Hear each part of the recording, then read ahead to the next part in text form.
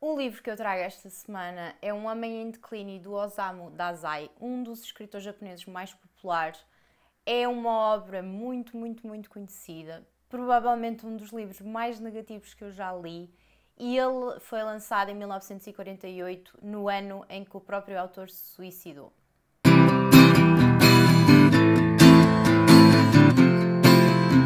Num Homem em Declínio, nós vamos acompanhar através dos cadernos ou diários de um jovem que é o Yozo, como é que é o dia-a-dia dele, super cruel, super autodestrutivo, quase. Todo o livro é quase uma espécie de carta de despedida de um suicida. Não vou mentir, não é um livro que eu aconselho a toda a gente, principalmente a quem esteja a passar uma fase menos positiva ou mais difícil.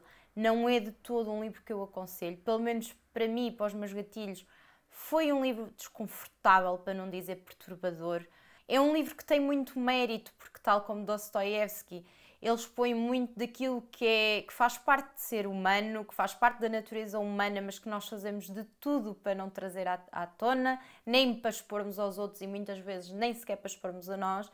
Portanto, tem muitos temas difíceis de digerir e daí eu dizer que pode ser uma leitura desconfortável para quem esteja a passar uma fase menos positiva, porque provavelmente se vai identificar muito com este protagonista e honestamente eu não acredito que seja um livro que sirva de inspiração para nada. Nós vamos conhecer a personagem do Yozo desde criança, e ele era uma criança sem apetite, enferma, sem grande ligação aos outros, e esta é de facto a questão central de todo o livro, é a falta de conexão ao mundo e às outras pessoas. Ele não se sente humano, ele não consegue entender as outras pessoas, não consegue mostrar quem é que ele é verdadeiramente aos outros, sente que não o pode fazer, sente que mesmo quando o atacam ele não se pode defender, tem sempre uma postura de quase autossacrifício pelo outro para agradar, então ele acaba por utilizar toda uma faceta de palhaço, desde a infância até jovem, até à faculdade e mesmo depois no mercado de trabalho.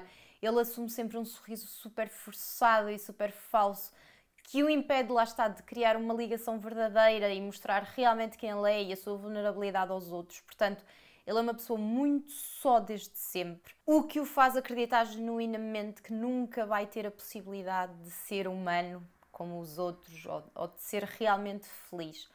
A única coisa que ele realmente gosta, que lhe dá prazer e que o permite expressar quem ele realmente é a pintura. No entanto, ele acaba por ser forçado pela família a ir estudar outra coisa qualquer que não tem nada a ver com a pintura, e é aqui que tudo começa a descambar, ele começa a ter comportamentos autodestrutivos, ele alia-se a tudo o que não é saudável. A prostituição, o álcool, depois acaba por escalar até à toxicodependência. É um ciclo que cada vez mais se entranha nele mesmo e ele se entranha no ciclo, e é uma coisa muito autodestrutiva, e é aqui que começam as tentativas de suicídio dele. Ele tenta suicidar-se com uma namorada que efetivamente acaba por morrer e ele sobrevive, então há aqui também uma acusação de homicídio que acaba por, culminar no afastamento total da família. Ele começa também a criar uma dependência extrema às mulheres na vida dele e aos relacionamentos com as mulheres. É assim uma coisa muito creepy, porque nós tentamos de alguma forma tentar perceber a personagem e conseguimos perceber a dor dele, mas ao mesmo tempo eu senti quase uma irritação pela apatia dele, por ele consentir que o próprio comportamento, obviamente que alguém como esta personagem que está em puro sofrimento, pura solidão, não consegue muitas vezes chegar a esse estado mental de perceber de facto o que é que está a acontecer e o nível de responsabilidade dele na própria vida. Mas para mim foi muito frustrante acompanhar esta personagem. E ainda por cima, sendo este um livro autobiográfico, e nós sabemos como é que acaba na vida real para o autor, portanto, para mim pessoalmente foi uma leitura dolorosa, que foi uma espécie de filho entre A Redoma de Vidro da Sylvia Plath e Os Cadernos de Subterrâneo de Dostoiévski. Mistura aqui mesmo muito sofrimento daquilo que alguém que está deprimido sente, mas também muito daquilo que é o pior da natureza humana. É sem dúvida um ótimo livro, mas não uma leitura agradável de todo. É um livro muito desconfortável. Entretanto, o Junji Ito também adaptou este livro para mangá em 2017.